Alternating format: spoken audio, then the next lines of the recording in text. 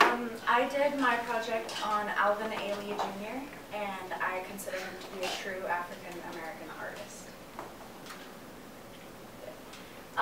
As my thing, I kind of went with America kind of tends to be like this center of, it's a center of diversity, but we also have a lot of segregation and a lot of hate towards several different of our ethnicities.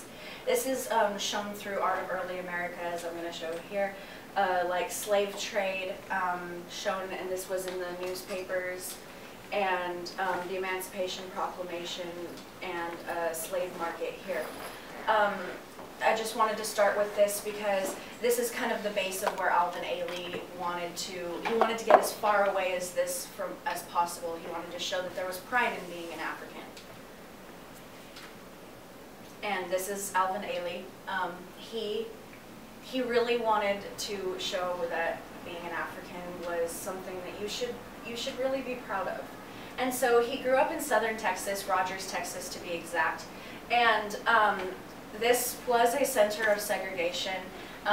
He had to go to separate churches, he had to go to separate schools than other people, and he wanted to have like friends in his neighborhood that were white. He wanted to have friends with them, but he couldn't because of segregation. This made him determined to do better and to break free through this, because he didn't want to be seen as the lesser person if he was black. So he really looked into traditional African culture, and he was inspired by this because he thought that the culture showed more strength and more power through African people than that of traditional ballet dance. So he eventually created the Alvin Ailey American Dance Theater in 1958, which was before segregation even ended. And that was a really big accomplishment for him, even though he was having a lot of trouble getting venues because of segregation and because of people not appreciating black art. As you see here, this is current day Alvin Ailey American Dance Theater. As you can see, it's predominantly African American, but there is the exceptional Caucasian and the exceptional Asian and Europeans. And so he really tried to make it a dance of the people and to show culture through it as much as he could. And a show here, there was like traditional ballet is all lines, and you're supposed to look long and beautiful and very graceful and light, and it's very petite and it's a very feminine dance. As you see here, she looks graceful, she looks light, she doesn't seem very powerful in her ways. But in cultural modern, which is what he kind of created, was more of a strong and powerful dance. It was meant to show what the human body could truly do with what we were given with our muscles. And as you see here, there's a lot of flexed, and it's meant to show power and strength within the person rather than being graceful and light and feminine. He wanted to show that being African was worthy of praise and was worthy of being recognized.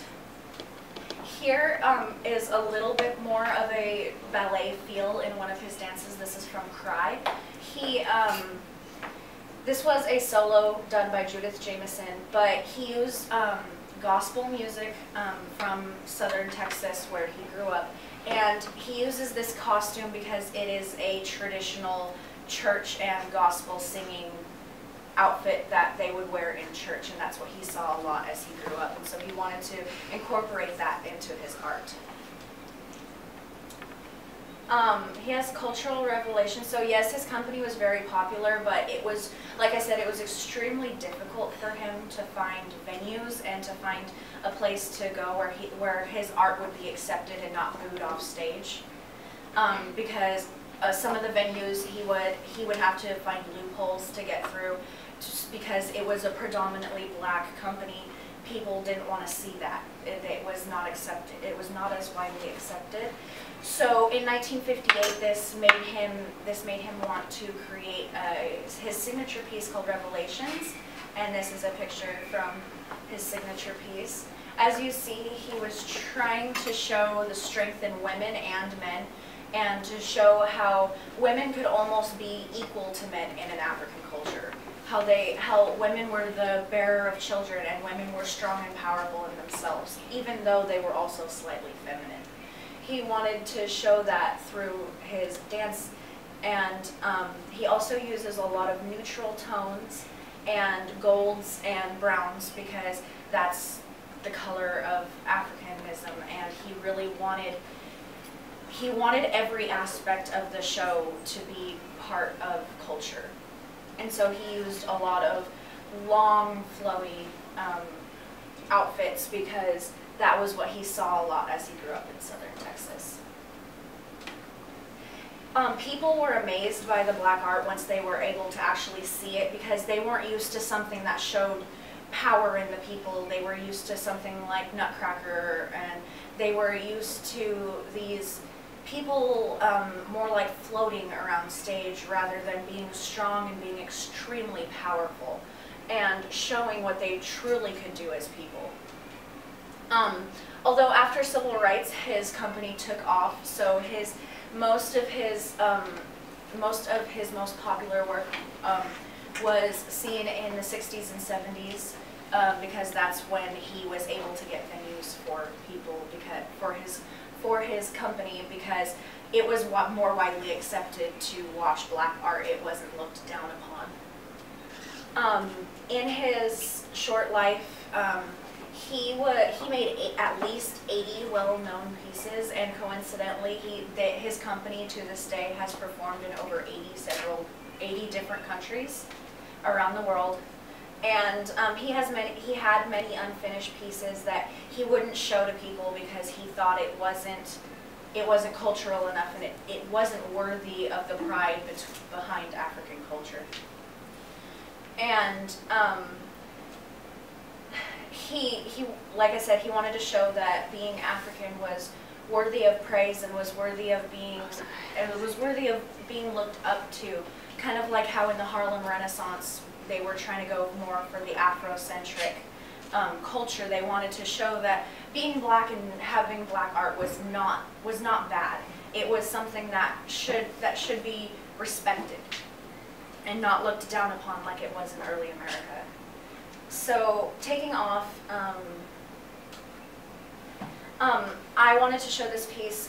This is from a person named Women Wallow from DeviantArt, and I wanted to show this because she's a visual artist and she can't dance, but she was inspired enough by Alvin Ailey that she wanted to paint something that showed what Alvin Ailey did himself. And I thought that was really cool because it was a visual artist that was inspired by a dancer. And so the attention getter would be Revelations. So I'm going to show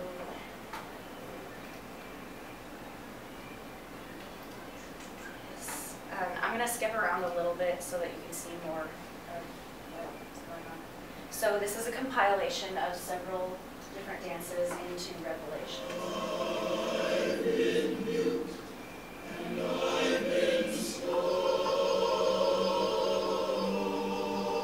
And this is from the picture you saw earlier. Trying to show strength. And then this, more of an upbeat, but it's still a type of gospel. And then this is gospel, it's called Fix Me Jesus.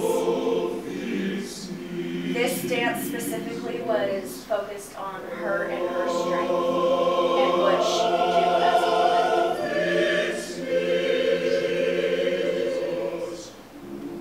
Like here, he wanted to show that a woman could stand by herself and be her own person.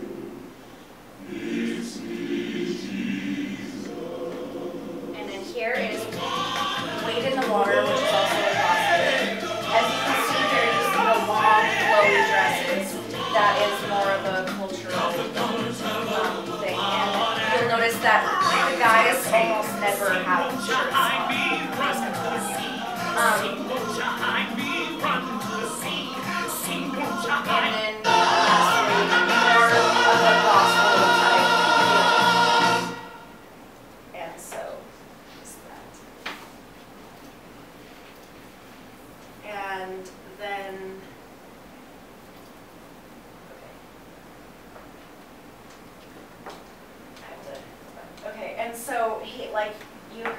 used the Black gospel and African tribal music to really show culture in his work. And he influenced Judith Jamison after he died, to do a tribute called Hymn, which I'm about to show you. And this is also, I'm doing my own version of this for my emulation, so that will be later. I'm going to be using the same song, I'm just in my own dance too.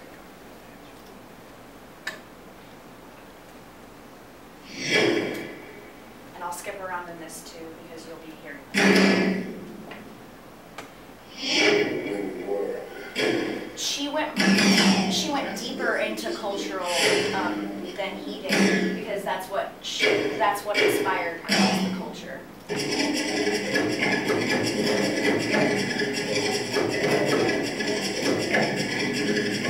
as you see, there is men and women, but no matter what, it's showing strength in both men and women. And it is a very fast pace, so I'm going to be very out of breath later.